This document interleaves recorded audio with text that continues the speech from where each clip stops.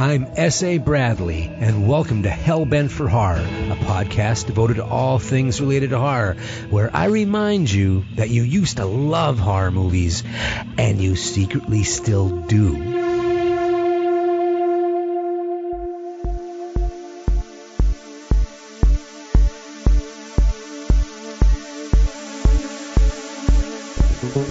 Every town in the world is haunted. There is an abandoned house, or there's a cemetery, or a patch of woods that holds some dark, locals-only secret. And in every high school, there are storytellers who preserve the urban legends of their region by handing them down. How do they hand them down? Well, they hand them down by scaring the younger kids. The point is that every town has its boogeyman and its sacred and profane place, but each of these has its own distinct regional flavor. But some regional stories are so good, and the storyteller so persuasive, that the rest of the world embraces them. I'm in Pittsburgh, Pennsylvania, where the ghost of George Romero looms large. Even though George spent the last years of his career and his life in Toronto, Canada, he is synonymous with Pittsburgh, even to people who have never been to Pittsburgh. And Pittsburgh has not forgotten George. I'm at the Hillman Library at the University of Pittsburgh, where they keep the George Romero Archival Collection from 1962 to 2017. Those are his works. The collection documents his career as a filmmaker and writer, with manuscripts and production materials for both produced and unproduced projects, promotional materials, press clippings, legal documents, photographs, film and video, and correspondence. And I am a kid in a candy store. Joining me is Ben Rubin, the Horror Studies Collection Coordinator here at the Hillman Library. Ben, thanks so much for inviting me to this treasure chest. Oh, yeah, it's good to have you here and to share these materials. It's always fun to actually have fans come in and look at this material and, see insights into his career that, you would have never known otherwise. Yeah. So, how do you get to be this, I guess is the thing. How I got into this position was largely just being in the right place at the right time. I already worked in this department, working in archives and special collections, worked with a variety. Our collections here at Pitt span a huge amount of disciplines and topics, and I had worked with our rare book collections, worked with our underground press collections. We have archives that cover the history of the city, the history of the university, the history of the region, of labor, and so eventually the Romero Archive was coming here, and I'm a fan. I did some of the donor relations with them because I knew a lot about it and kind of happened to be here at the right time. If I had not been at Pittsburgh, then we didn't recruit and bring me in. I was already here. Just got very lucky. So since you're a fan, obviously a horror fan, I always ask the same question to everybody first, which is, what was your first kiss with horror? What was the movie that just put you down this road to ruin? I get that question. I can't say that I completely remember what it was. Certainly my foray into horror came more through literature than through film. I was in that kind of household where we went to the library. I could get whatever I wanted from the library, but it was very controlled of what I could watch.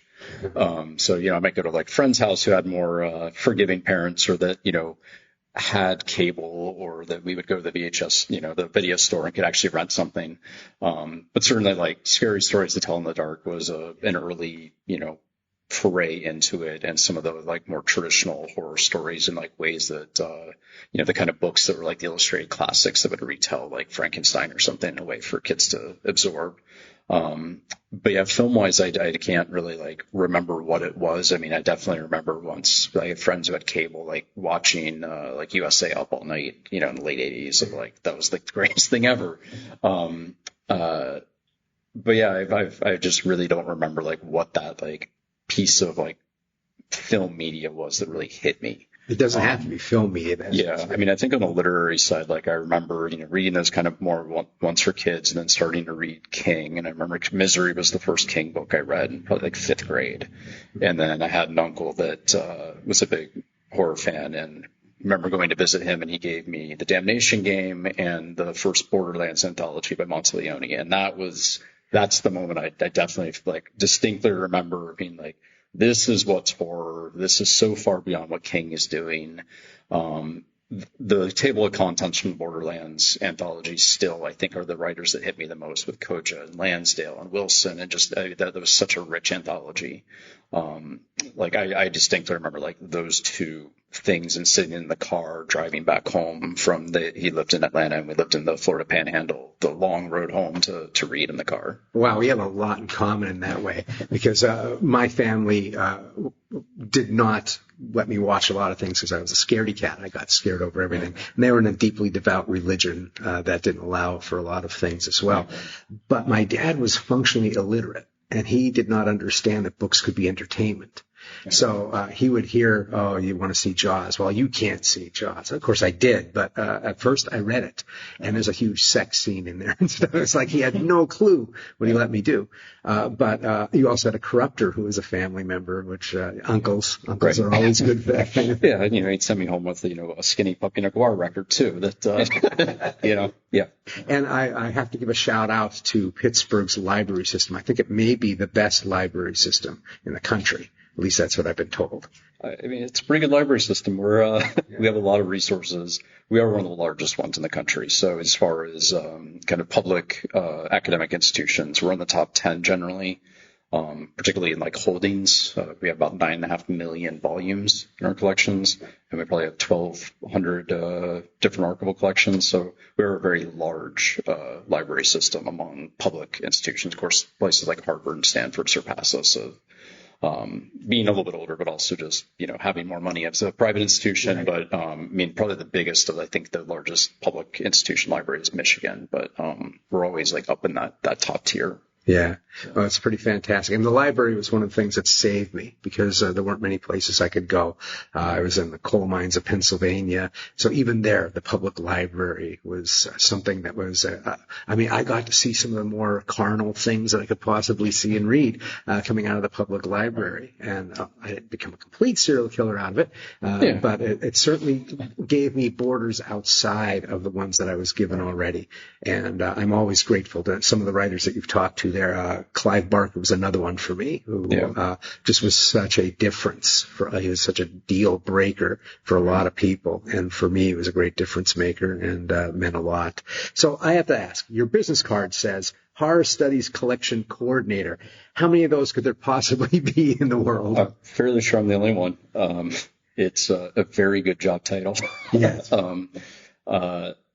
So when the Romero collection came in May of 2019, so we're sitting here in July of 2022, so it's been about 3 years, and we kind of knew that this was a big collection. This had a lot of opportunity. What did that mean kind of for the library system?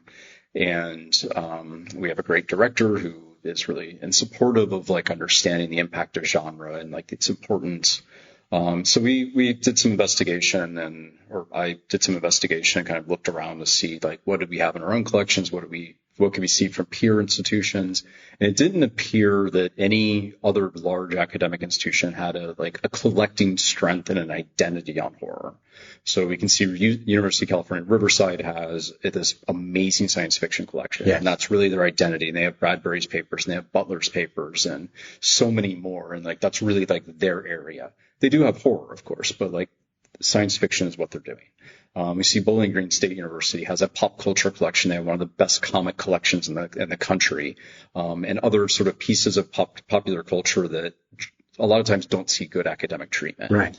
And then we see places like Brown that has the Lovecraft Archive, and they have Caitlin Kiernan's, but they haven't really like used that as this launch board for a collecting strength around horror. And so we decided we would do that at Pitt, that we would make that stake that we could do this. Romero's our foundation. What can we do with a name that's that big, an opportunity that got us as much media attention as it did to launch this is what we're going to do. And this was not just our decision on the library side. We also have academics and faculty here that also really love horror and want to teach it and kind of have this bigger piece of like, can we have horror studies as a discipline be taught at Pitt?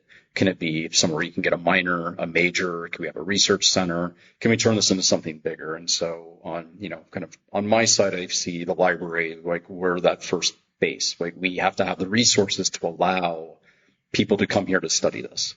So if we can build up the resource base, then it means you could attract students and faculty to say, I'm going to study horror because there's actually materials at Pitt to do that with.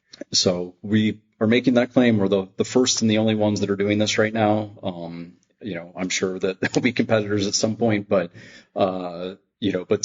to kind of have that bigger piece. And I think we're seeing it, like, the genres are always been kind of neglected in literary studies and film studies. They're not, seen as worthy of study. But I think science fiction's kind of moved out of that and is seen as respectable in some way. In some ways.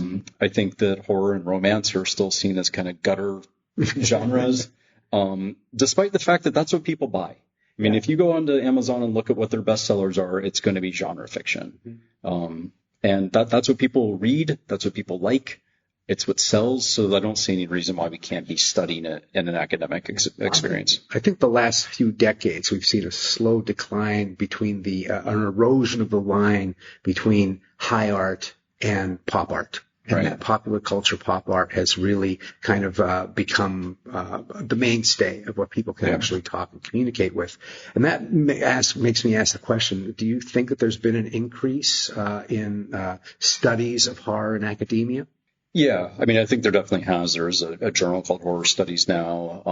I think that you're seeing more on film and literature, that kind of engagement with certain, it might still just be limited with the specific authors that are paid attention to. But I think that you see this kind of emergence of people that are viewed as kind of legitimate within that. So I think something like Jordan Peele and seeing Get Out, like its engagement with social issues is seen as legitimate and people recognized it. Stephen Graham Jones, I mean, he's clearly very talented and has the literary chops that he can pull this off, so that something like Only Good Indians, wins a Mark Twain and a Bram Stoker. Right. And then I love that he turns around and writes Hearts of Chainsaw, which is like the slasher love letter. And I hope there were people who picked up Only Good Indians and were like, this will be similar. Yeah. But I think that it is doing that. And so we're seeing it, maybe not in total, but we're seeing these kind of like chips that are saying that, this does have legitimacy. This does tell us something bigger. This does have social value. This does have cultural value. But I think we've kind of known that. I mean, there's, ways in which, King isn't necessarily treated that way, but like so much of what he's done is like, it's just part of our culture now. That Cujo has become like, it doesn't matter if anyone's ever seen or read or has any concept that even came from him. That name immediately evokes something in our culture at this point that means that it should be worthy of study because it's had that big of an impact. Yeah. I guess, do you think that horror is getting serious attention now through what's happening in the culture? What do you think has changed outside of like my little thing about pop culture's line blurring? Yeah. I mean, I do think that probably the status of our world in many ways. I mean, in some ways it's more fraught, some ways maybe it's not as fraught. It's just fraught in different ways. I mean, the Cold War, of course, when we were, facing nuclear Armageddon, hey, how is that much different? But I guess then you saw the rise of like atomic monsters and science fiction and kind of that, and maybe that's what led to the more legitimacy there, the, space exploration, all of that. I think we've seen with sort of like the brief period of the 90s where we felt like the world was okay again, and then 9/11 and kind of that bringing to the forefront, and now with Russian incursions in Ukraine and all these things that are happening that are still showing that this world is still very fraught. Political strife all over the world, and even in where we thought was safe in the U.S. and Western Europe. So I do think that horror gives us this outlet of this world that's scary, and those things have to, even if it's not conscious, have to be filtering through of like an outlet of a way to, deal with the monster on screen is easier than dealing with the monster that is in the newspaper. Yeah, that's kind of how I look at it. I think there's always leachate. When people sit there and say, it's not political, I said, it's always political. Yeah. Saying it's not political is the most political thing you can say. Right. Because art lives in this world. It's constantly being synthesized. It doesn't mean that you necessarily go out of your way to do that from the very beginning, but that doesn't mean that it's still not in the conscious and doesn't make it less valuable. I think the idea that we assume that artists constantly know precisely what they're doing at any given point and doesn't change from A to B is madness. And I think that we may never know about just how much our art is talking about our days that we're here now until about a decade from now. We look back and we go, oh, that's pretty obvious. That's pretty on the head. Right. You look at the giant insect movies of the 50s that you mentioned. That's right on the nose. Godzilla's right on the nose. But at the time, we're just feeling. It's connecting with some feeling with us. Yeah. And I think, what do you think about like parable and stuff? You mentioned something that I think is really interesting, which is that it's much easier to look at the monster on screen than to look at the monster that's happening right now. I have a feeling that because we've gone into more of a pop culture world, that we're more comfortable talking in parable now than we used to be. And do you think that may be metaphor, allegory, and parable that horror allows us? I mean, I think that, all genres like allows us to do that. And I think we tell stories that way generally. Like that's kind of the human condition of how we tell stories is through these avenues. And there's just more storytellers doing it through horror maybe, or maybe there's not more. It's just it's easier to find things now. I think, probably that piece of it's hard. It's easier to find newer authors and filmmakers and to have distribution that allows more of it to enter our space. Mm-hmm. There might be generational shifts with it that help of like, who the parents are and who they're, what they're directing their kids to find. I think that there's probably not one single, way to arrive at this. I think that horror is an extremely effective, metaphor and parable kind of communicating device to talk about social anxiety and fears, in a way that it makes it palatable for people and like gives you that escape because it's like, well, that part's really not true. It could never happen. It's so, fantastic that allows you to have that kind of like cathartic escape. So some of us collect movies, some collect stories, music, all of that stuff, action figures. Have you been a natural born collector your whole life? I've got a lot of books and a lot of music.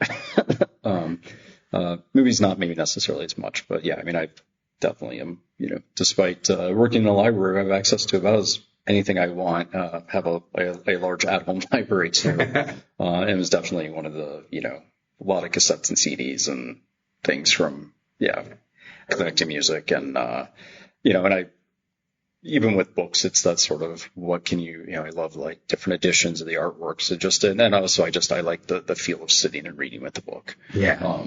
And there's some stuff that like we can't get at the library. They didn't get big print runs. There's all kinds of reasons that are, sort of the heyday of the paperback, publishing culture. Those books don't last well if they're in a library and they get read a lot. So they kind of disappear. But yeah, I definitely have many bookcases at home. We have the same affliction, I'm afraid. I have an entire wall that's just taken up, but we're sitting here in archives basically, and I'm laughing because what I do when I'm in Oakland and San Francisco, if there's a rare book, we're looking at bookstores and they'll have rare book rooms. Right. No matter where we're going, we just stop and go, well, we've got to go in here. Yeah. If we have to wear the white gloves, we'll wear the white gloves. We need to see what's in there. Do you have like I have a couple books that I have 3 copies of because I need to give it away. If I talk to somebody and it's almost like you're playing the pronoun game with them, you're like going, oh, this person seems like they might enjoy this book, and you just kind of hand it off. Do you have those kind of books? Not as much in my personal collection of like just I have stuff that I have collected myself and but definitely titles that I've try to get off onto people and I think in the past if I had multiple copies I gave stuff away, but I think part of it's just maybe simple economics here or there. Grad school's expensive and the books I have are mine. Right.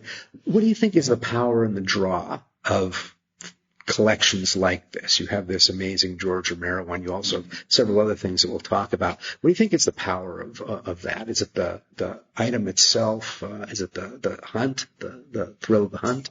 I mean, I guess it depends on if you're talking like personally versus like within a library, because I think there are different things. So I mean, like for me, some of it, like personally, my own collection, it's things like that. That's sort of the hunt. Can I find this, this edition of this book, or I know that not many of these were ever published or made. Can I even find a copy of them? I love the Del Abyss line, trying to find, those original paperback, versions of those. I have a lot of them, but there's so many that are so elusive.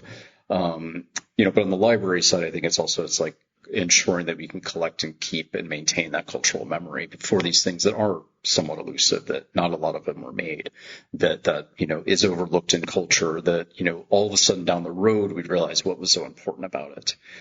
So, for something like Romero, I think what's been interesting with it is that we know his work. We, thought we knew everything about him and how he did this. And then this archive comes in and, it's over 100 unproduced projects. A handful of those people knew about. He had talked about in an interview, or something had happened that it made its way into the kind of fan base of knowledge. But most of these, no one had any clue he had ever done. And some of them, just as I've processed and opened boxes, was very clear he had never shared them. They were in envelopes that were sealed shut. So I think all of a sudden now we have this bigger, expansive view of who he was, and it's great that it was saved. I think a lot of times it's, people die and their heirs throw everything away and they just get rid of it. They just want to clean out the house. Yeah. And luckily his heirs decided not to do that, and we ended up with his collection, and now we can have this bigger insight into who he was as a creator that would have been completely lost otherwise. Yeah. And so I think that on the library side, that's really what we're doing, is the libraries have always been these stewards of cultural memory and ensuring that we keep culture and knowledge as it was created by humans kind of throughout history and can maintain them. And we have stuff in our collection. We have books from the 1400s. We have all kinds of ephemera type of items. A big collection of ours is we have underground press. And so we have a lot of the queer and feminist press materials from Pittsburgh. These are things people had and they threw away. And so without that, we would have lost that history of what those movements looked like here in the city that, otherwise are maybe just kind of in the oral traditions. Yeah. That's amazing. I love the thought of trying. I know there are. My goodness, I'm forgetting the name. It's only in Washington D.C. It's the biggest library system in the world. The Library of Congress. Yeah, Library of Congress. But they've been trying to get verbal histories before they're lost, and they have been taking a lot of audio. Right. And to me, that's amazing. Yeah. Preservation of the ephemeral, as you mentioned. Right. Yeah. And we have a few oral history collections. So we have a Jewish women's oral history collection, and kind of spans the immediate kind of groups coming to the U.S. to escape the Holocaust, and kind of talking about that immigration, that sort of time period. We have other ones that kind of help outline that history of the city. And what was going on. There's a big project they did recently on the Cultural Revolution in China, and sort of people that had left and were able to kind of talk about what that impact was. And so, I think that it's all this kind of mixed together of we have these documentations, but we also have things that weren't documented well. And so it's only through people's memories, that we get that. But I think that library, we have the resources to actually maintain these things. And that's a big piece of it, is we have the right environmental controls. We have all of our stuff in, stored in facilities that have the right humidity and temperature controls. We have people that know how to do preservation work on this kind of stuff. All of these things that allow us to maintain these for as long as we possibly can. Yeah. I think what's interesting here, especially talking about Romero, is that through memory, by preserving memory, you've also preserved a vulnerability that people probably didn't even know about. Right. You just mentioned hundreds of things that a man who, if you say the name Romero, there's only about 5 other directors on the horror pantheon that will match that. And here's a guy who did that, but as much as I'm salivating over the 30 things that he may have done, it's the 100 things that he hasn't done that are really intriguing to me. And I think for anybody who's out there listening, who's a creator, it has to be a little bit heartening to realize as well. Yeah. Yeah, I like to tell students that are looking through this is that, it's a really amazing document of his creative career, but it also shows that failure is okay, basically, that he is the godfather of horror, and yet he failed way more than he succeeded to get his projects off the ground. And ultimately, it didn't matter, right? He's a legend in the genre, regardless of all of that. It didn't even matter. And so I think it's good for students that are coming in and working with our materials to kind of know that, this is this bigger history, that no, he didn't just get everything made that he wanted to. Even when he became a big name, he couldn't get everything made that he wanted to. So many of those unproduced projects are from the 90s when he didn't make anything. Yeah. He went almost a whole decade between films. And but he was still producing and still writing, and he couldn't get this stuff off the ground. And yet, in his hagiography, at the end of the day, it's still, he's the one that gave us this new conception of zombies. He brought social consciousness to films. He made Pittsburgh the text of his own film. Like, he was an independent scholar, filmmaker that managed to do this outside of Hollywood and wouldn't give in to pressures to move there. He did all of these things, and he still did not succeed in all the ways that he wanted to, and it was okay. Yeah. I fell more in love with him when I read The Zombies that Ate Pittsburgh. That book really gave me an understanding of a part of him that I didn't really register as much, just how grassroots he was. Yeah. And how at that point, it's almost a little sad as well, because I read books about him through different areas of his career, interviews at different times in his career, and you could see the guy that was so much fun at one point, and just how the years of just doing this beats you down. But you mentioned unproduced things, and that there were certain things that lived in the whispers of fans. And I remember, I think it was still Starlog magazine. I don't think that Fangoria had started yet, but they had an article about Romero, and I think it had Dawn of the Dead in there, and it might have been 78. And they were already talking about him and King trying to do The Stand together. Yeah. Do you have any information on that? So we have a copy of the script. And it's pretty short, considering it ended up being the script used for the 94, I think, television movie. So, it's definitely an early draft. And so we just have it. So we know that he got it. He got his hands on it. It was given to him, by King. And I think that's one that King wrote. But that sort of relationship between the two of them is one of the things I found super fascinating from the archive, is that, these were two masters of horror that kept trying to work together for a good 15 years. And yet we got Creepshow and The Dark Half. Yeah. And that was it somehow and I guess to Tales from the Dark Side to a degree, because there was the one, Cat from Hell. Right. But, that they had thought about working on The Stand together. The Stand got made, but not by Romero. They had thought about working on It together. It got made, but not by Romero. Same with Pet Sematary. They worked on Pet Sematary together for like 7 years before George couldn't go through with it, and it went to Mary Lambert. George had the rights to The Long Walk. Nothing ever happened with it. There was an early script called Shotgunners that's from 83 that we have, but that's written by King, and it's the early version of The Regulators, the Bachman book he did. Wow. There's trying to think there's like one or two other projects that so we have an early script of Children of the Corn from a different archive, not from Romero's, but one that we were able to find on the market, that the rare book market, that King wrote his own script for the Children of the Corn. It's not the one that was used by Fritz Giersch when he made the film in 84. But we also have interviews, and I think it was in Fangoria, where King talked about he wanted George to do this, to do Children of the Corn, and he was already talking to George about making The Mist. And this was in 80 when The Mist was first appearing in Dark Forces. And so there's all these projects, and it baffles me that they couldn't get off the ground, particularly by the late 80s, early 90s, when it felt like any King property whatsoever was getting greenlit, no matter what it was. And some of them were terrible, some of them were great, a lot of them were very schlocky, but like that just somehow they couldn't get these made. Do you think it was George? Because George was kind of a line in the sand kind of fellow about creative control. I mean, I think there are a lot of reasons. I think that there was probably the line in the sand, and like he wouldn't work with, Hollywood producers. And when they did for The Dark Half, apparently it went terribly.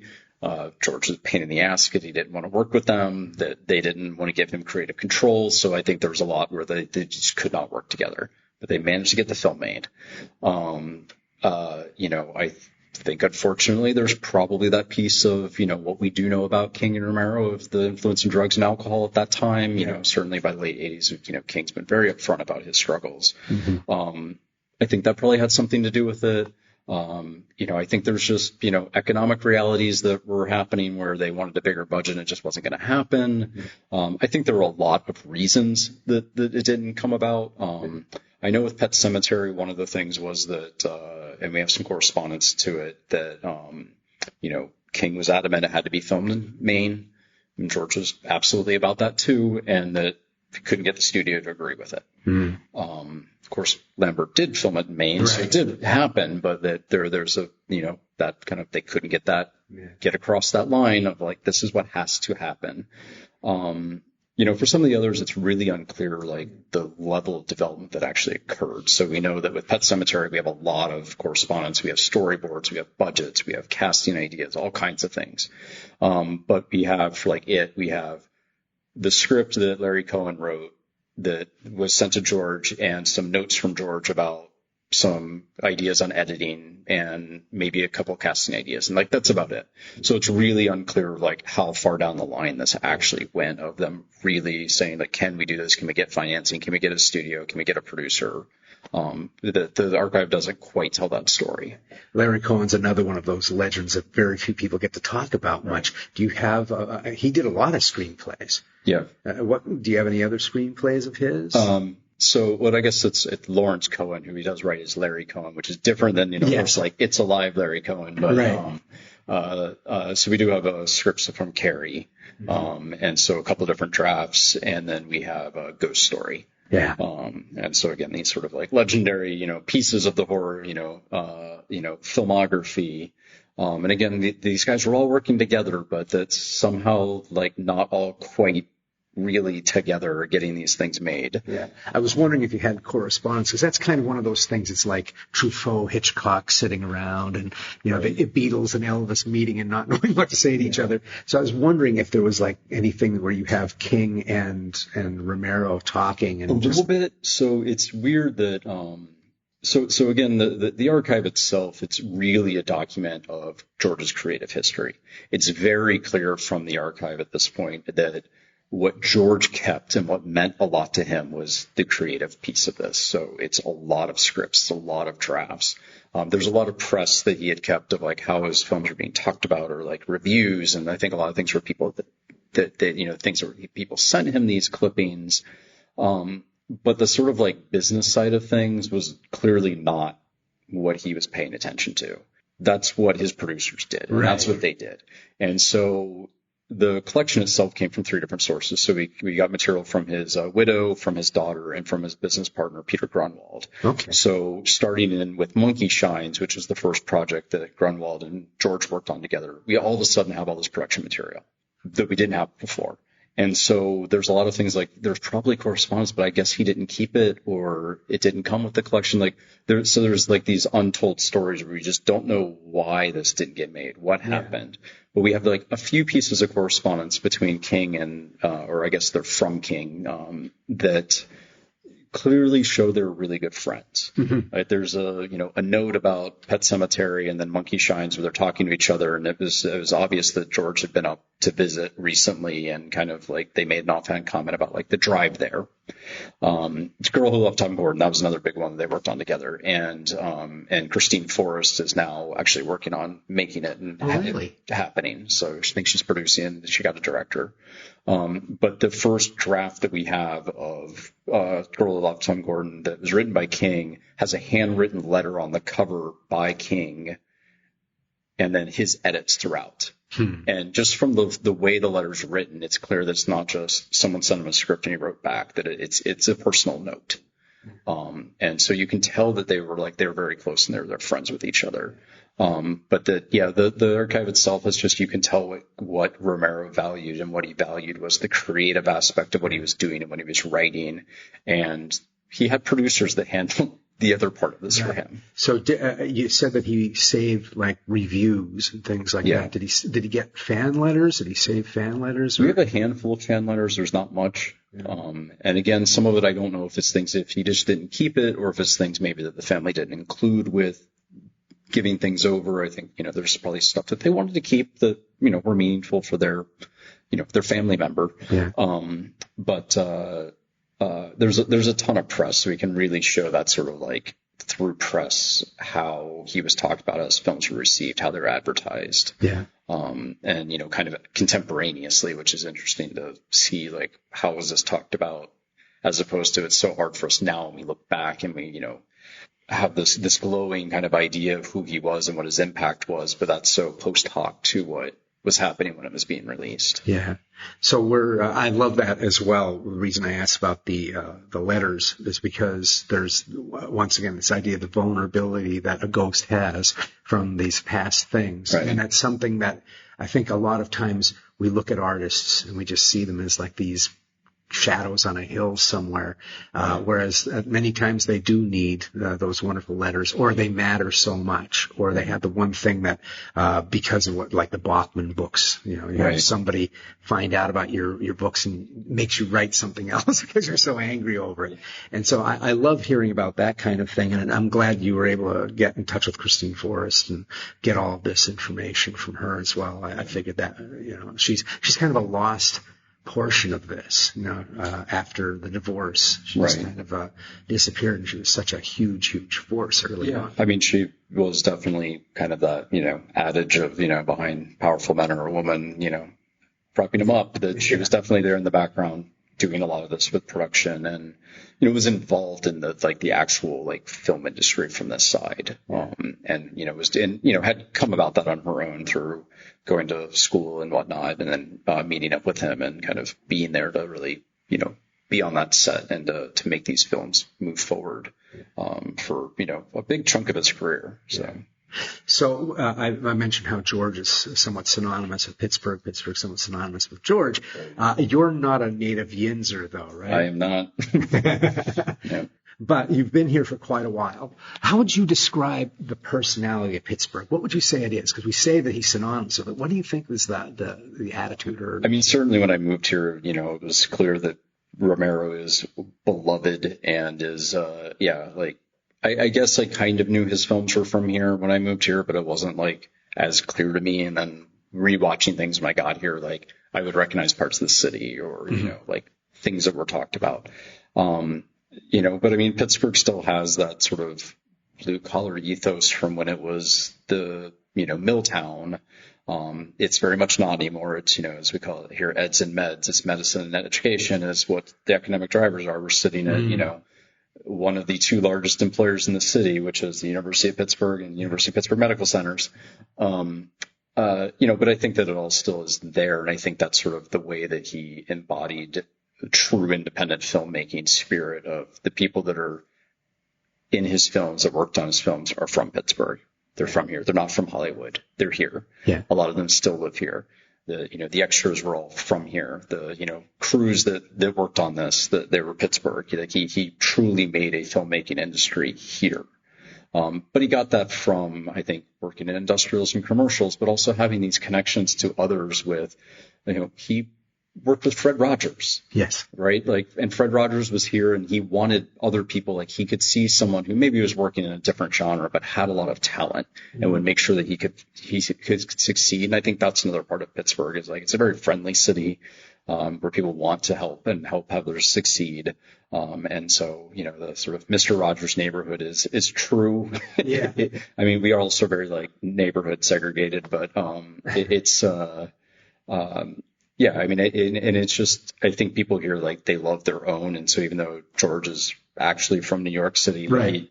He, moved here to go to college and was here a very long time and made film here for almost, 30 years, is embraced as Pittsburgh's native son. And I think people here are just so proud of, having something that's theirs and that, know that, this big impact on genre or film came from here is what's so important, and that's why people are really love him. And that, I mean, it's just, you're a horror fan in this town, and it's and everyone's got some story about if they met him or some weird collectible they have, or that they watched one of the films get made, or they're an extra or something. There's the Scorsese and Woody Allen who they're considered synonymous with New York City, man. Right? And it's the same with George. What do you think that there is in his movies outside of having native Pittsburghians in it that speaks so much to it being Pittsburgh? I mean, it's kind of hard to put your finger on it in some ways, because again, I think before I didn't live here, I didn't it didn't mean anything to me that that's where he was filming at. And when you're here, I think it's just because I can recognize it, that it's the city is part of that. It's just part of that landscape of kind of the outline that sort of has the characters all kind of reflect that blue color ethos.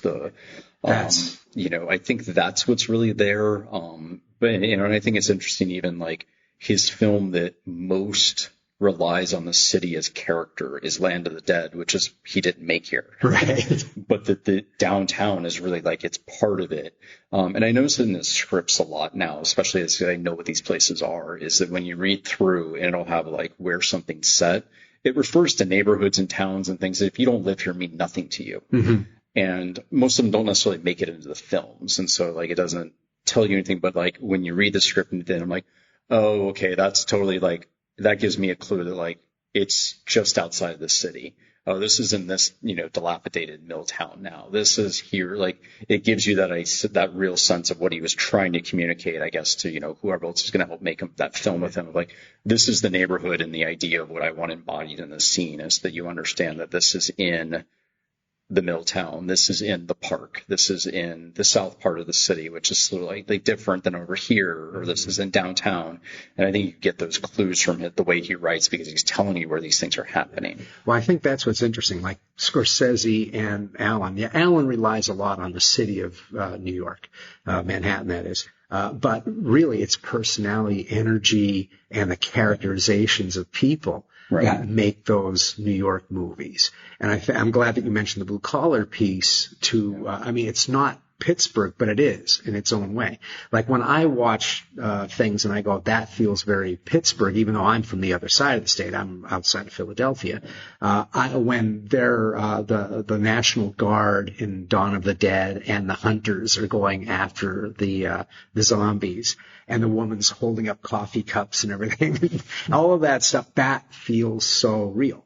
And that feels so much of an energy that I always associate with Romero stuff. There's a tongue-in-cheek to it. There's also a little bit of biting social commentary that's going on about that almost to a fault blue-collarism. Yeah. And I love that he has that in there. And that's what that brings me to his original Night of the Living Dead script. So I want to make sure I'm saying the right one. Night of the Living Dead shooting script, you had that online for me to take a look at, which I loved. And we've heard legend about it, anybody who's a fan, that of course it was supposed to be a white truck driver, and then Dwayne Jones was the right person for the role. Right. And the genius, quote-unquote genius of it was that Romero didn't go back and change the dialogue to suit a black character. But he did change the dialogue, because when I look at the script, that is definitely a yinzer. Yeah. And so Dwayne Jones is an alum of Pitt, which is cool. Photos are in the yearbook, which you can even see online. We do have the yearbooks online. Oh, wow. We found. And so the story that I've seen many times from Dwayne was that when he read that original script, and so first of all, he's just credited as truck driver. There is no character not named Ben yet. Right. And George writes in vernacular a lot, and to varying degrees of maybe authenticity and effectiveness. But he does experiment with writing vernacular, and he did kind of write that character as this sort of kind of uneducated kind of stereotype of maybe what he would expect as a truck driver, maybe in that role at that time. Yeah. Fair or not. And Dwayne was an educated black man who had, gone to school, graduated. He was going into education, and apparently his response was like, I just won't talk that way. I'm not doing that. I'm not going to be portrayed that way. And basically rewrote the script himself and spoke as he actually spoke. Yeah. How different of a movie it would have been, because I was reading it, I'm laughing, I'm going, this is like almost Shaun of the Dead parody. Yeah. This character's so broad. Yeah. And, and so that was not necessarily Romero's twist on it, but that really Dwayne and him being, emphatic that he was proud that he had, managed to get an education at a time when many African Americans were locked out of it still, even in the North, and that he was going to be portrayed in a way that was accurate to his own self. Yeah.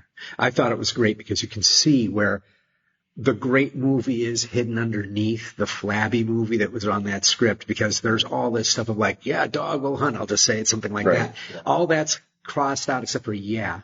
And it's like, there we go. That's all it needs to be said, and that's the wise thing to say. Yeah. It's a really fascinating script, and it shows kind of, I think, Romero's also editing style of like, they didn't go back and write a clean script. No. He just was crossing things out, handwriting new pages in, tipping stuff in, scratching things out, writing notes on the back. There's stuff that's not even in there. One of the other things we have is a screen transcript, because later they went back and tried to get like a clean script based on the film that was actually made, because there isn't anything that exists. And I think part of that too is that that's that independent film spirit. Yes. And I didn't go to film school, but from the people that I know that did study film, one of the things they always note is like, oh, you can tell they didn't go to film school. That's not how you write a script. Yep. That's the first thing. Yeah. And the layout, everything about it is not apparently how you're supposed to write. It's so, shall we say, fiercely independent. My first thing when I read the first page, I was like, oh my God, that's about all the description you're allowed in the first 30 pages is the first page. Yeah. And it was so fun and freeing and innocent. And it also made me think how hard he must have been to work with for producers who are so used to that. But yeah, my favorite film school thing is I went and I was doing, basically I spent a lot of money to make screenplays because it was such an expensive hobby. Buying film at that time was insane. So you would have this whole thing of like, oh, well, this year you can only have the 3-hole punch with brass brads in all 3. But next year, I hear they're going to be 2 brass brads, but you still have to do the 3-hole punch. You just leave this middle one. So there's these little things that are in there, these passive-aggressive things to see whether or not you're paying attention or how agents can weed people out. And I remember giving my script to another one of my classmates to read. It had 3 brads in it, and he looks at me, he's just, oh, yeah, and he starts to open up the page, but his hand is prying out the center brad and putting it on the fucking table to let me know that I was a year behind my screenwriting. Yeah, I mean, we do have a lot of scripts, and they do have varying numbers of brads in them, and if they're screw brads or not. And generally, we just take them out all together because they're also bad on the paper. Oh, yeah. Especially if they're older. But, I only kind of got that there was some indicator from that. So that's fun to hear that, that there was, you're being trained of how many brads you could put in. Oh yeah, it's just another thing to get over. They're constantly putting obstacles up. But that's what's freeing about watching this. It can be done. And that's what I learned to love about George that I initially didn't get. Like I was going to ask you, you've been here for a while. How long have you been living in most of your life? No, I've been in Pittsburgh for, I got here in 2006, so 16 years. Yeah. So you had already watched Night of the Living Dead and most of his films before you got here? Oh, yeah, yeah. What was your original thought of the original Night of the Living Dead when you saw it? I mean, I've always really liked Night of the Living Dead. I mean, that was one of my favorites. My absolute favorite film is Creepshow, and always has been. But so much fun. When I moved here, and then I guess it was 2008 would have been the 40th anniversary maybe of Night, and they were showing it around a bunch of places. So I went to see it in a theater, and a little theater that was near where I was living, and it was cool to see it on the big screen. I hadn't seen it on the big screen, but all of a sudden, like the crawl where they're telling you like where to go. Yeah. I lived here now 2 years, and I was like, wait, I know where those places are. Like I know what those towns are. I know where the Oakland Medical Center, Oakland is the neighborhood that the university is located in, where we're sitting right now. So all of a sudden, like, it started to make more sense that these were like Pittsburgh was really important, or like I moved here and I knew that you could go out to the mall where they filmed Dawn, and there's not a whole lot of indication that that's where it was filmed any longer, but it's there. The J.C. Penney is still there in the same place. Yeah, I'd love to get a picture. I'm gonna have to go. But it. So like I kind of knew, but it was interesting to like start to watch these films again. And then even after we got the collection, going back and watching things again and starting to recognize even more, or kind of getting a better sense of it. The end scene of Monkey Shines, which is not one of his most well-known films, but it's very clear how much of the city they film it in. There's a lot of landmark recognition. But the final scene when he's kind of wheeled out of the hospital is in front of the library. So you can just see the corner of the building, but it's very clearly the corner of this building we're sitting in, and he's on the street in front of us and drives off to go to the Botanical Gardens, which is just up the street. It's absolutely, that's where they are. And so like all these little pieces that you can start to appreciate of like, they were filming here in the city all of the time. And you start to see that kind of impact of like, oh, Romero really is like, it's Pittsburgh. It's not, well, they said Pittsburgh, really, they filmed somewhere else. Right. I mean, had lived in Georgia before I moved here. And of course, so much is filmed in Atlanta. A good portion of it truly is, but a lot of it is in the large Atlanta metro area that you could walk through the city and you will never, ever see any indicator of where they were. And here, like, oh no, you will see landmarks all over the place of, buildings that are still here, skyline, things that are very recognizable.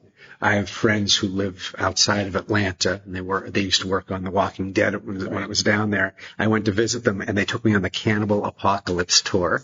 Oh, nice. All right. Yeah. It was magnificent. Yeah. That's one of the first ones I remember being like, I really recognize where these things are because I've been in the city a lot. It was so much fun. And I think you have some props as well here. What's like the prop that when you pulled it out, you went, oh, my God?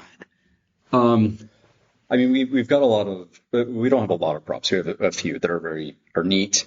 We do have one of the monkeys that Savini made for Monkey Shine. So most of it, they had an actual critter, but they, had a few props, which are really neat. And then I think one that just hit me because I didn't realize it was a prop was I pulled out a glass kind of award-looking thing with a golden quill pen. It's very heavy.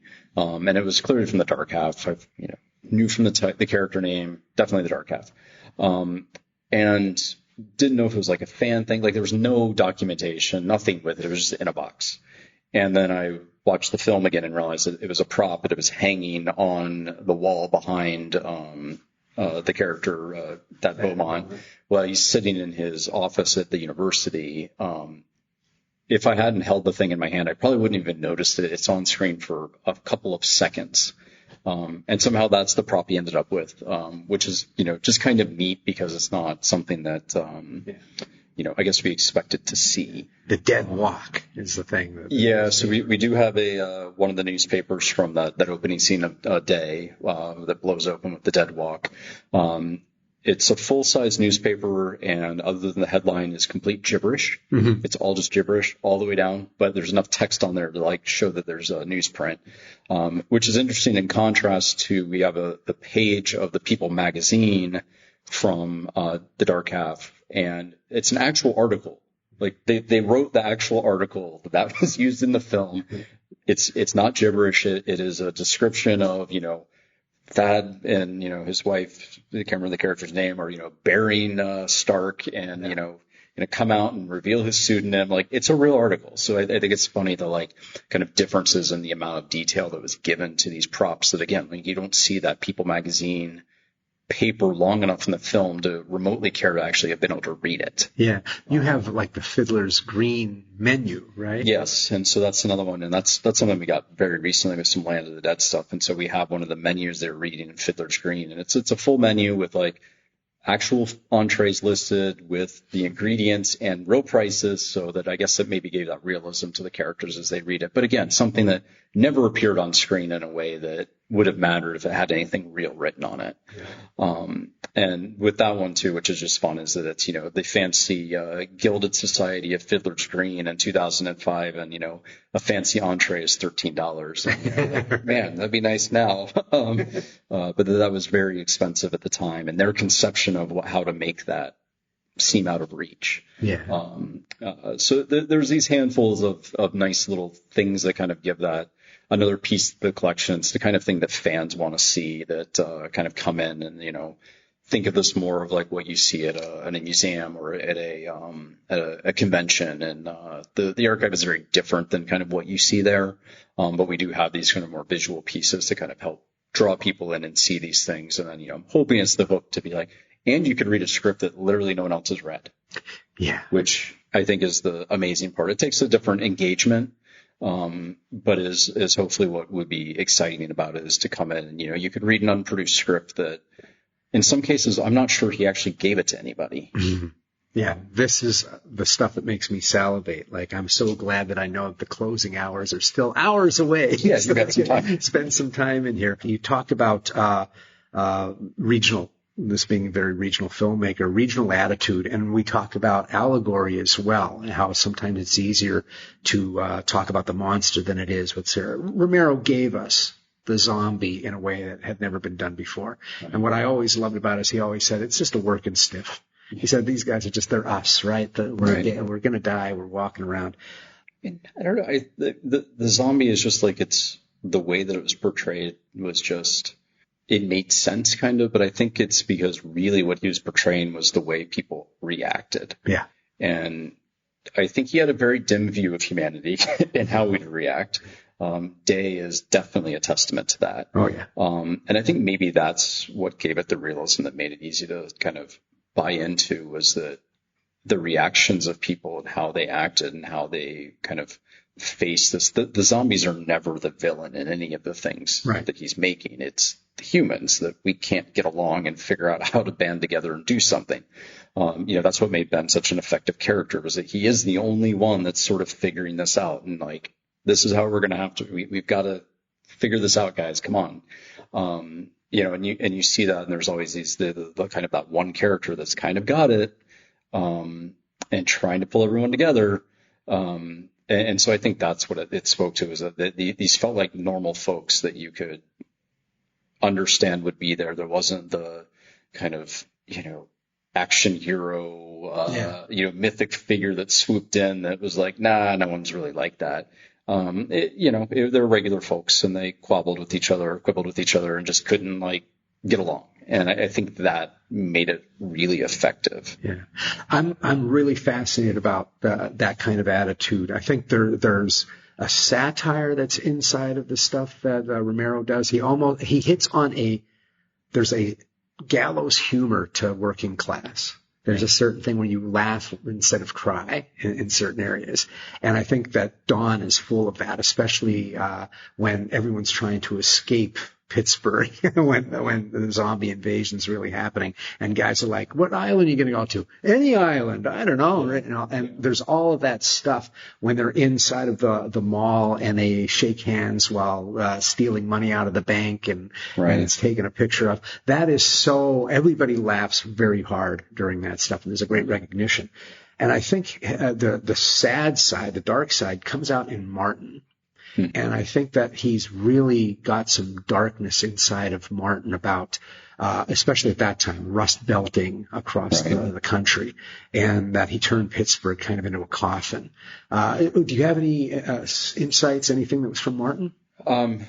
So we have scripts, and so that's one of those projects in that timeline of it just, we don't have the production material, we don't have the other stuff, but we have the development of the script and so one of the earlier things I had found as I was going through, we were trying to sort everything, get everything into categories and what they were. And we had these, ones that were like, okay, here's this filmography, sort this stuff here, whatever else you find, we're putting it unproduced. We're going through, and there was a title called Blood. And, I'm going through things later and kind of reading, and, on the first page, it was like, wait, this is Martin. The character's name is Martin. The uncle is there. This is Martin. And it's an earlier version, and then we found an even earlier version that has no title, and it just starts, and they're driving down the Parkway East, which is what we refer to as the main Interstate 376 through here, is Parkway East or West, depending on the direction of the city. But again, all of a sudden, this character Martin emerges, and Voda, and they're there. But what's interesting is the setting, and it's in Braddock, which is just outside the city limits. Was one of the big mill towns, but was in significant decline by that point already.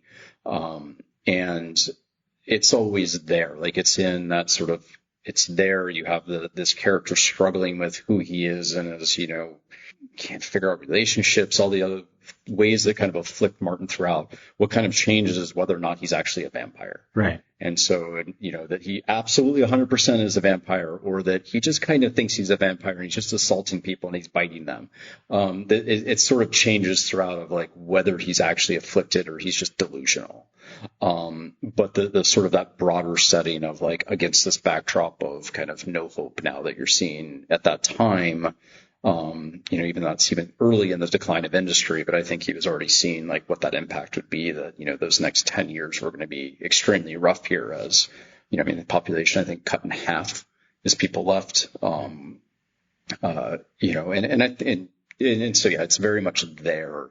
And I think the population of Pittsburgh had been so large and declined so significantly that, you also see like that appeal, because there's people that left the Rust Belt entirely, but they remember that, or that's just ingrained into their being of like what that impact was like.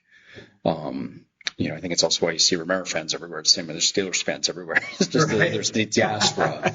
And he was a big Steelers fan. There's just that diaspora. But that, it hits so much of, I guess, the towns in this part of the country. I mean, I grew up in the South, so we didn't have that same shock of the decline of the Rust Belt. But, it's very clear to me, even when I moved here in 2006, I think it's significantly less so now. But there were times when I was really surprised at the sort of like way that the impact still was being felt 20 years later. Where it was like, I mean, these jobs haven't existed for 20 to 30 years now.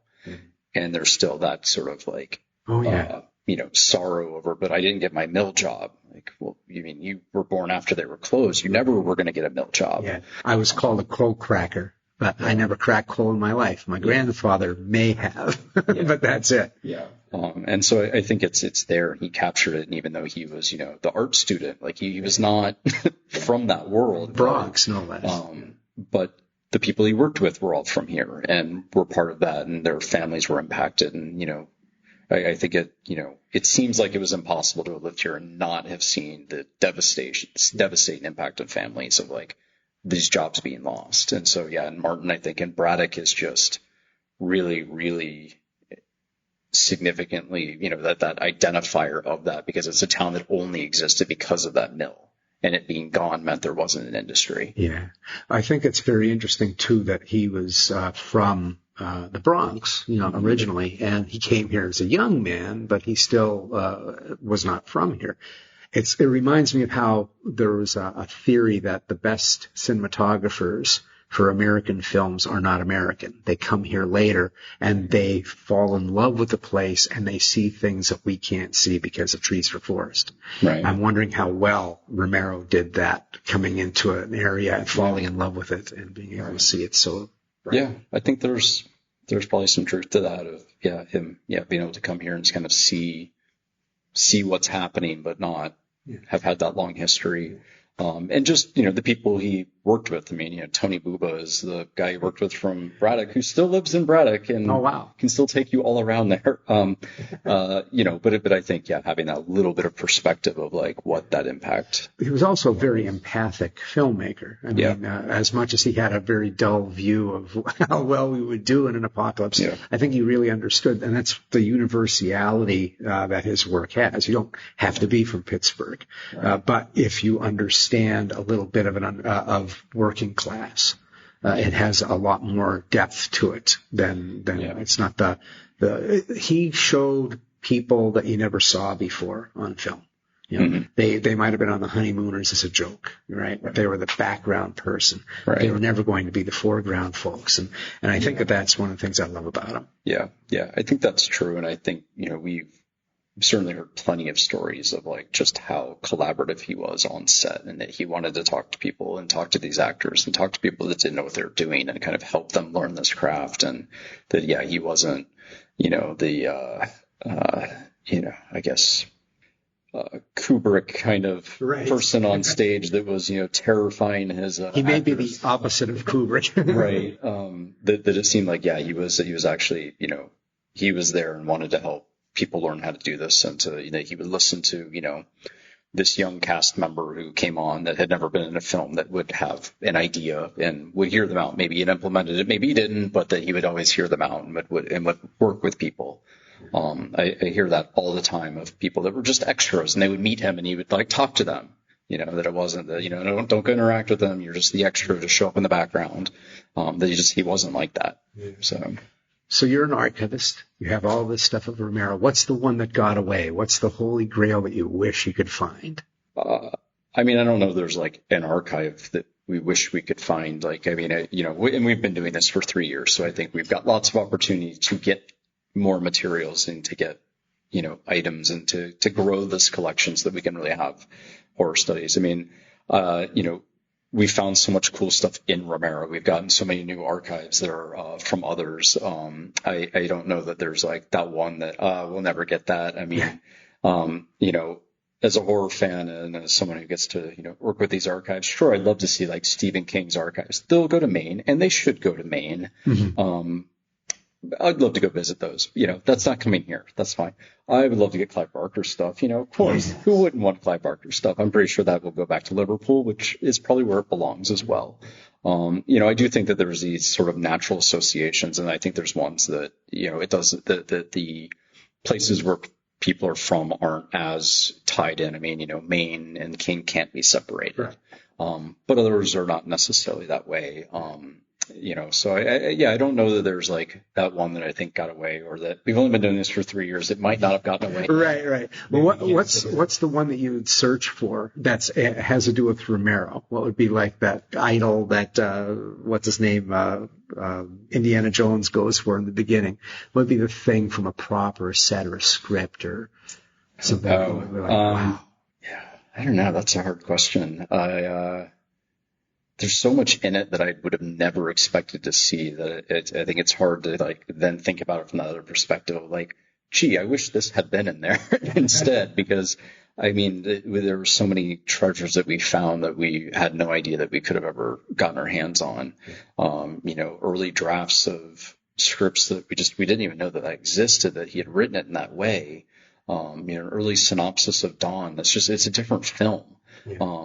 And so I think because I've been so like wowed by like what we actually found that we had no idea could have ever existed, I don't know, there's something there that would have been like, I wish I could have gotten my hands on that instead. Like, why isn't that here?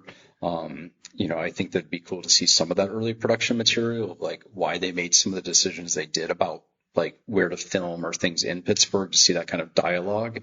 But from that creative standpoint, there's so much there already that, I don't know. There's something I'd be like, I wish we didn't have. I mean, props are kind of neat to see, but I'm really more interested in that sort of like creative process piece that we do have documented. Yeah.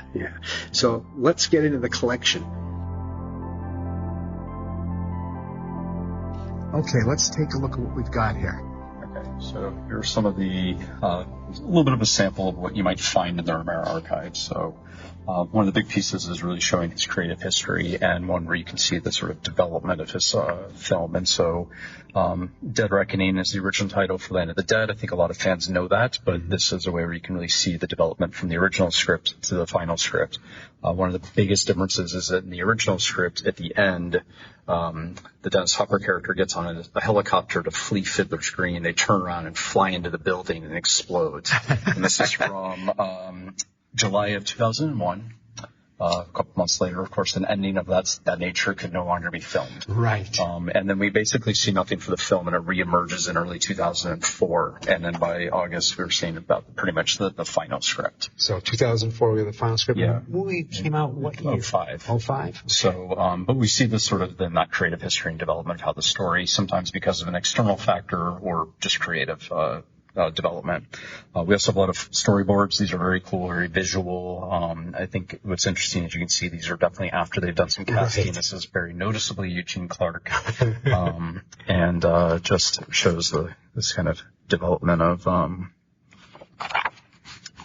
the layout of a film by storyboarding and shots. So a little bit of this is just kind of typical promotional material you might see, publicity, particularly at the time, kind of press kits that you would get at a theater during premiere that usually have photos in them, and then some kind of synopsis, maybe some ad copy, some things that a media outlet could use to promote a film. And so this would have been given to a lot of media folks who got an invite to a premiere. Yeah, these used to be standard. We had these through about the remake of Night in 1990, and then they kind of fall off. That sort of practice wasn't as in vogue anymore. Here's some of the stuff that's kind of related to this big film. So these are the revision pages for the basement scene in the original Night. And so you can see this. So these are just loose pages? Loose pages with the interplay of the two different colors of type as he's making these revisions. And so it kind of adds. So we're talking royal typewriter with black and red ribbon. And then whether it's been kind of integrated or not with just black typeface eventually.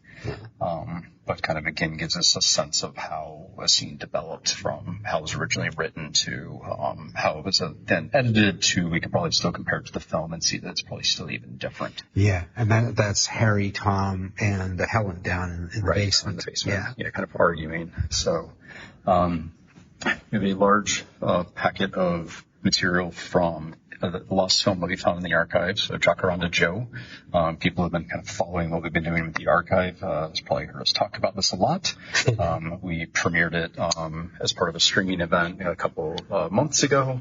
But definitely one of the coolest things we found was we found a lost George Romero film. Yeah. It's 17 minutes. It's a short, but he made it at Valencia Community College with students. So he went to the college and they had a program where they were bringing in directors to like work with students for a semester. And so he was the second person to come do this. But we had all of this production material, and so it's letters about it. There's correspondence. There's a lot of kind of local press and news about what was happening. Mm-hmm. And he was like on the community college waivers or the promo stuff that they have. There's contracts. So we have the script. We've got the headshots for the actors that were there. So it's a really one of the kind of really rich production histories of so much of the archive we don't have because of this creative history. And it seemed odd when we got this and we're looking through it, and I'm kind of excited that there's this project. It was in Florida. That's where I'm from. This will be fun. And then finding that it actually had been made. It was really cool. So we really have this nice document here of what happened with this film, how it got made, some of the correspondence, how it was being developed, and then it's a testament of like what these students, they're community college students that made this film. And this would have been in a town that's adjacent to Orlando, so a lot of them had support and were able to connect with like Universal Studios and all of the kind of big production houses that are there in Orlando. But this was part of their curriculum? Yes. So they did this as, to get their grade at the end of the term was they worked on a film with George Romero. And had no idea that it actually got made. That they did this, apparently they did the principal filming at the end of the term. So they were in the swamps in Florida in May, which I don't recommend. And they had no idea that it had actually been put into a rough cut. And we actually ended up with a copy. So. That's pretty amazing. And what was also amazing is I got to sit with all this information, and I found the contract of George's lawyer getting in touch with the school and saying, hey, George reserves the right of the copyright, but that's it. You folks can use it in whatever way, shape, or form. Yeah. And then it was just kind of let go of. I never heard of it. Right. They didn't know it was being done. The rough cut was just sitting somewhere. Yeah, it was just on a VHS, and it seems that even George didn't really talk about this project, so it's interesting that it was there. I mean, we knew of kind of other lost projects like the Amusement Park that wasn't truly lost. It had been shown at different festivals and kind of was rediscovered maybe over 10 years, but this was a truly lost project. Yeah. But as we were discovering, that kind of fit in with, as we've mentioned, that there are over 100 unproduced titles, and so at first we just thought Jacaranda Joe was yet another. And indeed, there were a lot of unproduced titles. And so this is just a very small sample of things, but we see stuff that are a couple of adaptations here. And so we see Goosebumps, and there's Resident Evil and The Raven, which are adaptations of other properties. See something that's wholly original, like the Germs or the Golem, which is still his original, but is based on the myth and the kind of previous stories that have been told. And so you see he drew a lot of inspiration from other literature and film, while also coming up with ideas from whole cloth. And I think the unproduced stuff kind of shows that very broadly. He, tried to adapt a lot of King, a fair amount of Poe, of course, Two Evil Eyes. Yeah, sure did with Case of Valdemar, but originally it was going to be The Mask of the Red Death. That was the original story he was going to do, and then we have contracts that said that's what he's going to do. We don't have anything that actually says why it was changed. Right. Maybe because it gave him a little bit more of an opportunity to do like a zombie thing that he did in Valdemar. Yeah. So what's this about the dark half, right? And so we also just have production material, largely from the later part of his career. And so sometimes it's not, the most visually appealing, but it's kind of like shows you how film was made. And so here, the Dark Half, we literally just have the shooting schedules. Of course, this is the last big feature he made in Pittsburgh.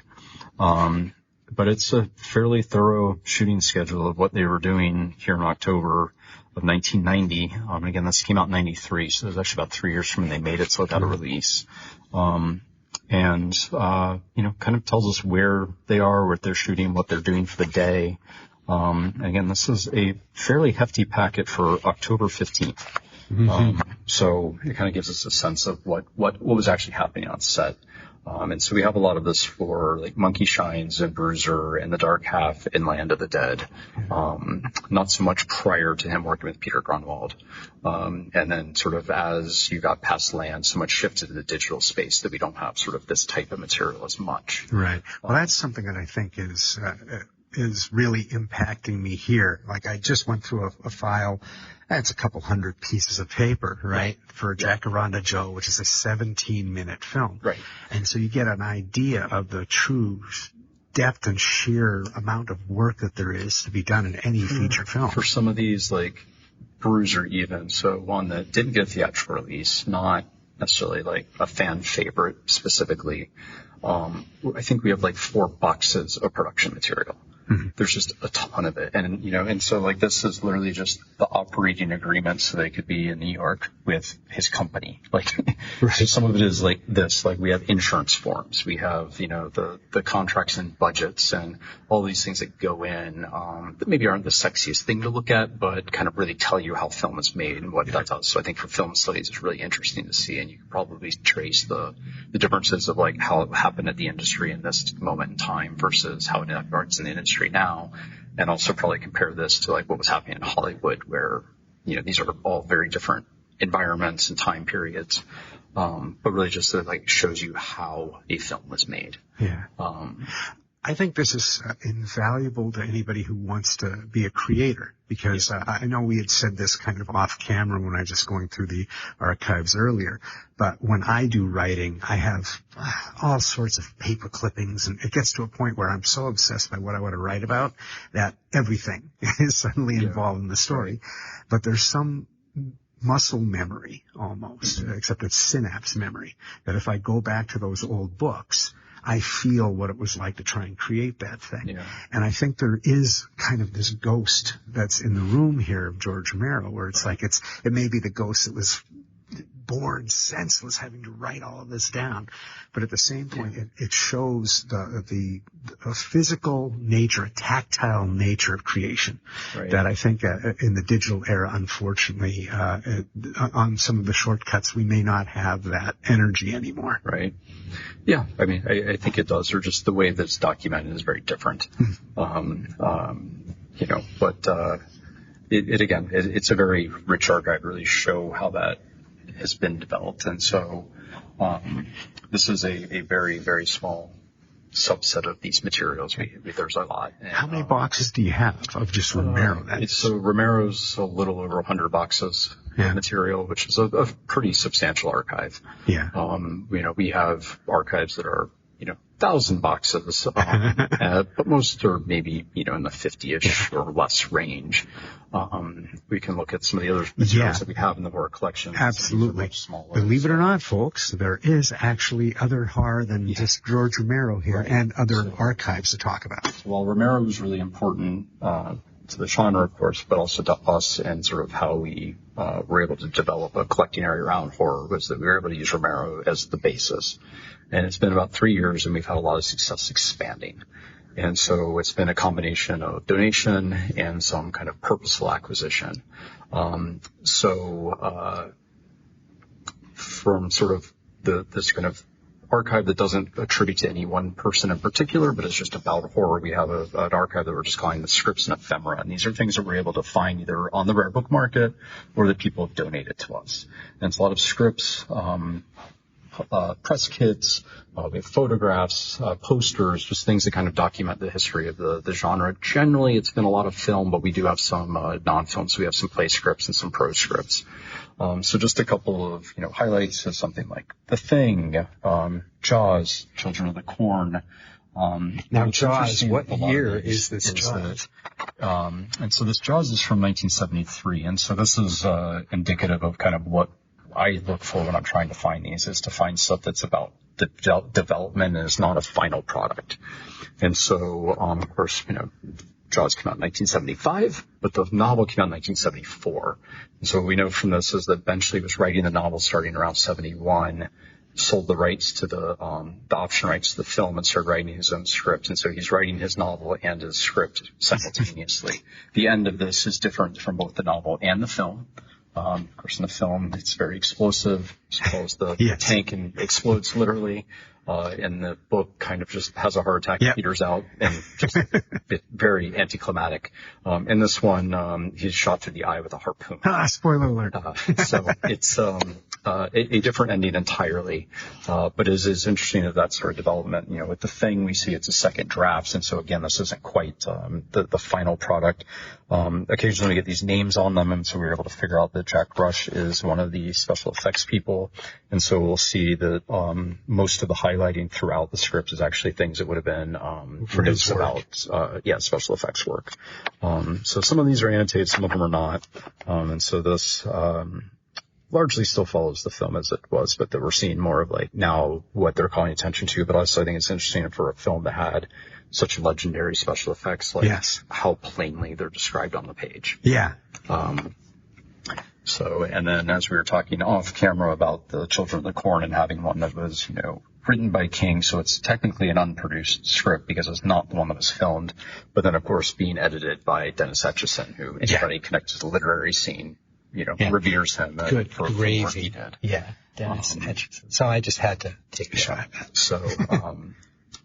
So these are things we've kind of either sought out, or we've got rare book connections that we work with dealers, or all of the material, all of the press kits that we have actually been donated by people who had them, and a lot of these came from a friend of the Romero Foundation who works in the UK, and so a lot of these are the UK issue ones. Right. And then we have some of the archives that we've acquired since. A lot of them have been literary. Wow. Have not been.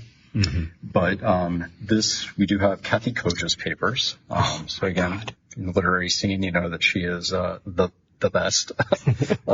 This is her proto-cipher, so of course her first novel for which she won the Bram Stoker and Locus. And this is kind of the story beforehand as she was developing it, which, as a fan of hers is very exciting. So we have notes in here, and this is... And so this is just this. We also have notes, and so this happens to be for Kink, but this is pretty common for all of the works that we have of hers, is that there's a folder of just all of these handwritten notes that kind of went into the development of the story. I like this. She has a do list. Yeah. So it's like, what's it say? Nancy's story. Order cake, make hair appointment, and then there's notes about the story all around it. And that's so indicative of, that's like my brain. That's how my brain works, but also how my drawers look anytime I'm trying to write something. And so, these are great. And then we also have her like manuscript drafts and things that go with it. And so it's a good, kind of testament, but she is one of my favorite authors. So as far as a archive that I helped acquire and have here, this one means a lot to me. You got to speak with her? Yeah, I was introduced to her and told her what we were doing at Pitt and that we're collecting these materials, and she thought that it would be a great place for her material to live. And that's wonderful. It was personally very edifying just because of how big of a fan of hers I am. It would be great if we were able to immortalize people while they're still alive. Yeah. Right. Yeah, and that's also a nice thing with these archives of someone like this is I can ask her questions. Yes. George, sometimes I'm making some guesses as to what's going on. One of the other literary archives we have is for Gwendolyn Keist, who's a local author too. She's great. And just a couple of weeks ago, she actually came and sat with me. We walked through parts of her archive to kind of be like, there's no date on this. Can you tell me what order this went in? And so that kind of way where we can work with the author or the contributor to, really understand, like, can you give us some context, or I'm unclear what this thing is. Can you tell me, help us out a little bit on notes, things like that, so that we can have better understanding. So it's almost like she's challenging herself on this checklist. Yeah. She's got things written like clues that relive no life importance, though she wants to be important and good. What does Red know at the midpoint? It's almost like she's her own teacher. Yeah. And she has lots of great notes. Her kind of to-do lists and notes and things are also really, really rich and kind of fun to look through. And it looks like we have rare books. So we have a couple of rare books, and so some of these we already had in our collection. We have a large rare book collection, and so kind of going through and figure out what we had already related to horror. Some of it is new acquisition, but we have a lot of 19th century literary magazines, of course, in both the UK and Britain. This was a very common way of publishing, and so certain ones are very important to the genre, and so Graham's was one that was in the U.S. that was very important. A lot of book authors were publishing through this, and so this one I pulled because it has the original publications of Murders in the Rue Morgue by Poe, and so this is from 1841. And so in the same later in that same year in the same volume, he also did Descent into the Maelstrom. That was published in here, so it's also in here. And so, we see the importance of these. This also has, like Thoreau and, Wordsworth and people like that would have also been publishing in this. So just it's kind of the avenue for kind of what we know of 19th century American literature would have really been established through these types of publications. I think it's wonderful because it's something that people don't get. A lot of times when they look at the old authors, we're talking centuries before, it's almost like a coffee table thing, like a tea cotillion. Yeah. And it's like, no, these guys were like in magazines. Yeah. They were hand to mouth. Right. That's how they made their living. Yeah. And that, even collecting his work in the Tales of Mystery and Imagination, I mean, that happened in the 20s, I think. Mm-hmm. So that was much, much later, this idea that you would collect these works together that have been so disparately published. Yeah. So here we have a first printing of Frankenstein, American printing. So people that know Frankenstein will know that it came out in 1818. Yeah. Mary Shelley then issued a corrected text in 1831, and this 1833 Philadelphia printing is the first in the United States. Wow. And it's also published in parts. So this is volume 1. We do have both volumes. And so this was also very common at that time, is to publish things in parts. Generally, one, it was affordable, ish. Right. Still people were buying books for it, but in the upper classes, but that you would buy this part of the book, read it, and then you might give it to somebody else while you read volume 2. So we're looking at it and says, Carrie Lee and Blanchard, Chestnut Street, Philadelphia, 1833. Right. Your publisher. Yes. And author of The Last Man and Perkin Warwick and Company. Is that what that, and C? Yeah. That's funny. Mary W. Shelley. Right. And so the fact that our name's on there is interesting because a lot of stuff at this time just said by the author of. It didn't actually attribute. And it wasn't just female authors, but everybody that they just didn't attribute. So you had to be part of that literary scene in that circle and know. But it is always amazing to me that the first printing has her husband's name, not her. And, and so it's great whenever I see it and I see a book this old, lovingly cared for. It's in pretty good shape. And so, and then a couple just kind of important pieces. So Dark Forces, of course, this being a seminal work in horror. The one that Clive Barker attributes to his inspiration to move forward with the Books of Blood. The sort of, amount of different types of authors that we're publishing here. So it's a very important work. Almost everyone I know had this, at least in a paperback version. I wish I could. It's probably in a box somewhere, but I don't know where. Yeah. And just as soon as you showed it to me, my heart went, every one of those stories is awesome. It is, yeah. And this is something we'd had on our shelves a long time. I just came across it when I was putting things away or browsing or whatever, and just saw, J. Ramsey Campbell. I'm like, is that Ramsey Campbell? And looking through it, and I was just, I did not know that his first book came out when he was a teenager. So he is a very young man here. 16 years old. 16 years old. And this is his first book. And so we do have it. It's very, as you can tell probably from the title and Cabin at the Lake, it's a very Lovecraftian story. But we actually have a first edition copy of that is just a neat thing that we have in our collections. And there's just a couple of other quick highlights is we do have the official archives of the Horror Writers Association. Largely it is through right now the newsletters, but it's an incomplete run of newsletters, but this kind of really helps us understand the culture of the organization, as what was highlighted in these magazines from year to year, what kinds of articles were being talked about, what authors were being highlighted, what debates within the genre. Certainly a lot of these ones in the 90s, we were seeing these debates between the splatterpunks and the traditionalists, and all of that's there. And so it's a great window into what the organization's done, and especially for people like myself, who I am part of the organization, and so it is a fun archive to have. Hopefully we can expand it more, maybe get some of the boring things like the minutes of meetings, but it's still really important for how the organization operates. Yeah. But as we have a lot of institutional records at Pitt too. So this stuff is really fun things to look at. We do have those types of things too that are those institutional records of minutes, membership directories, these things that just tell us the story of how an organization operates. Well, these are wonderful aha things as well. So as a film fan myself, I know many of us watch the credits of old films just to see who went on from Best Boy to something else. Yeah. And so you never know who's going to be in the minutes of any organization. Right. Yeah. And, seeing people highlighted when it's their first novel and they've become big. Yeah. And then one of the last things to show here is a statuette from the Viscera Film Festival. Yes. And so Viscera was among the first festivals in the U.S. that focused on women directors of genre film, mostly horror. Shannon Lark and Heidi Honeycutt. Yes, and they then went on and changed it to the Theory of Film Festival, which is still running, and I believe at this moment is on Shudder. Yes. And so most of that archive is digitally born and actually has a lot of the promo and the things that were a record of all the films that were shown. Then we have a handful of physical objects. Yeah.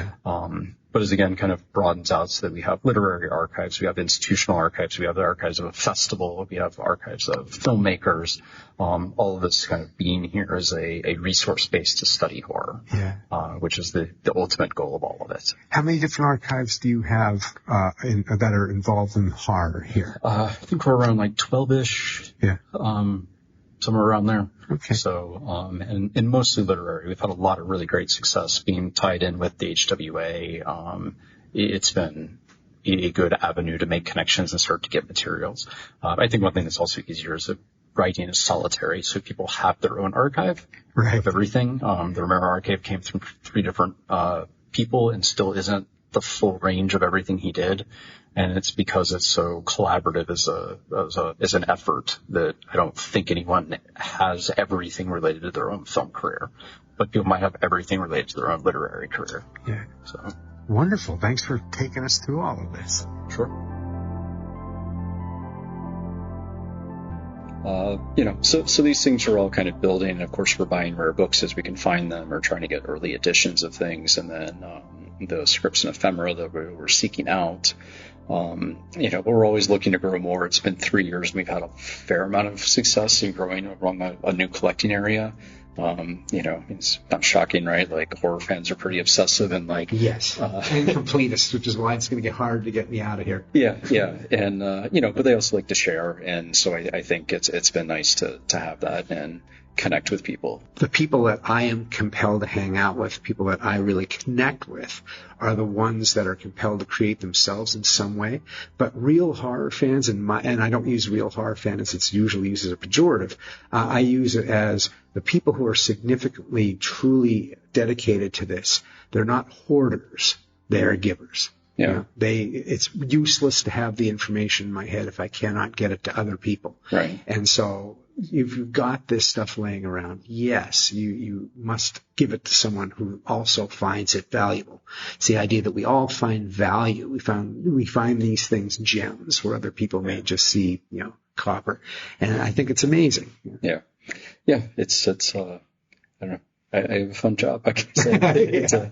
So I know you've had a fun job. You've given me so much of your time on it. So tell people how they can get involved with this if they want to come and take a look themselves, and what's here in the horror bit, and anything that's happening in the future. Sure. Yeah. So archives and special collections kind of have this mystique that they're inaccessible and locked away. And while certainly you can't walk in the building and tour them and walk through and look like a normal library, they are in secure storage. we do want this to be open and to be a research and a learning collection. And so certainly we have a charge and a responsibility to have good stewardship and keep these materials in good condition and preserve them for time immemorial as much as we can. But I think we also have that responsibility to share them because they don't do any good if they're just locked away. And so we want people to come use these. And of course, we are a university. The university community is going to be our main patron base and who we're really sharing these with. But at the University of Pittsburgh's Archives and Special Collections, we are open to everybody. We want this to be a community and a world resource. And so you do not need to be a Pitt affiliate to use these resources and come see them. We do require appointments for these. A lot of this stuff does not live here in Hillman Library. We have an offsite repository because we don't have the storage in this building to house all of the things that we have. And this will be the case in most libraries that have collections the size that we do. So if you just walk in, there's a good chance we don't even have what you want to look at. So please get in touch with us. Certainly if you just, look up University of Pittsburgh Library Archives, you'll find our contact information and you can reach out to, find out how you can schedule an appointment.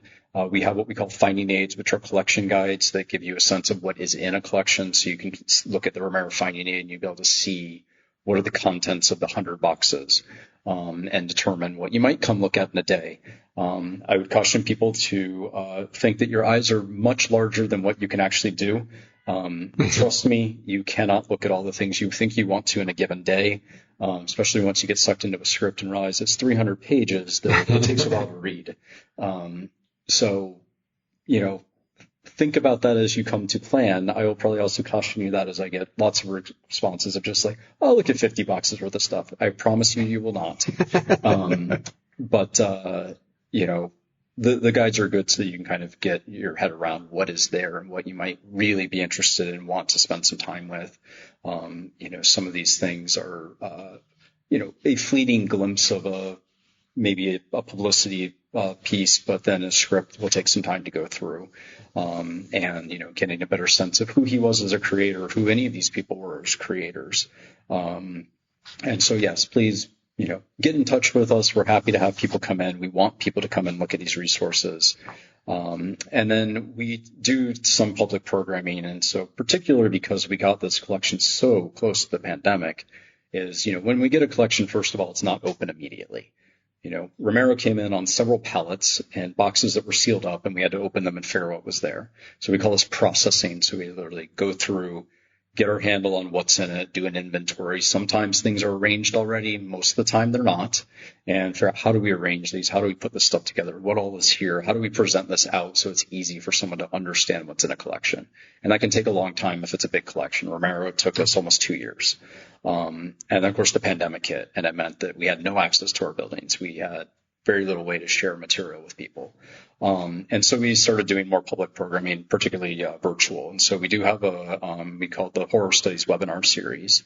And so we will continue that in the fall. The one that I know that we have scheduled, we're hoping for September, and will be an exploration of Romero's YA horror that he started trying to write in the 90s. So he did an adaptation of Goosebumps and a couple of original properties. So I'll be working with an undergraduate student who's really interested in that, and we'll be kind of talking about and sharing the details of these scripts and kind of what the stories were and what the themes were. And so we've done a bunch of kind of talks about Romero through this webinar series to share the treasures with people that we found. And then I've done another kind of parallel one that we've called Expanding the Canon that was really about sharing diversity and celebrating diversity in horror. And so we've done events on Black horror and women in horror and queer horror. And I've talked to a lot of great authors like Jewel Gomez and Haley Piper and Kathy Kocha and Linda Addison to talk about their stories and to talk about the ways in which they might have different perspectives, but also just their literature, and let people know who they are, and share this with maybe a community that doesn't know them. Some of our students might not know who some of these writers are that from a previous generation, or that you always hear from people, oh, I don't like horror. And they probably do. They just don't maybe want the blood and guts horror, but maybe there's a different type of horror that they like. And so, I think it's a really diverse genre. And so it's fun to talk to people to celebrate what that is. So I would like to continue that as well. And so, again, if you're on our webpage, we do have a blog that I write about some of the treasures that we have. And then we had a colleague who he's since gone on to another job. He was writing, so we'll probably have somebody else join me with this. But you can also sign up for a newsletter there, and that'll have information about like when we do programming and things like that. Fantastic. Well, Ben Rubin, thank you so much for all the time that you gave us, and I look forward to diving in a little bit more here myself. All right. Yeah, no, absolutely. It was a pleasure, and it's wonderful talking to you, meeting you. I knew your book screen with pleasure, so it's it's fine, and I think it's obviously makes sense for you to be here and see these. Now you can write a sequel because you'll have known like stuff that you didn't even know about when you did that one. Yeah, exactly. I am ready to do that too. And I want to thank everybody out there that is listening to Hellbent for Horror, because you are my followers, and it's so much fun to talk about this stuff for you. And I want to remind you that those people who are out there that say that they used to love horror films, they secretly still do. And just remember, everybody, stay Hellbent.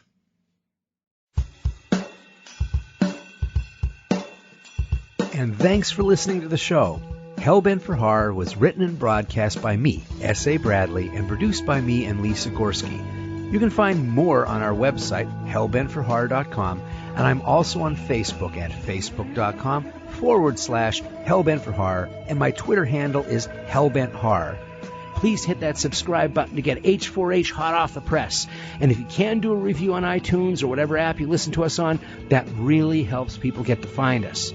And now for some Hellbent for Horror news. The podcast is available on some more outlets now, so you can listen to H4H on Spotify, iHeartRadio, and TuneIn Radio, as well as the regular iTunes, Android, and Amazon apps. And let there be swag. H4H t-shirts are now on sale. We have a store on tpublic.com with a bunch of Hellbent for Horror designs, and you can have your choice of t-shirts, sweatshirts, hoodies, coffee mugs, something horrible beautiful for you or that someone special. The link to the merchandise store is on our website, hellbentforhorror.com. And until we meet again, stay hellbent.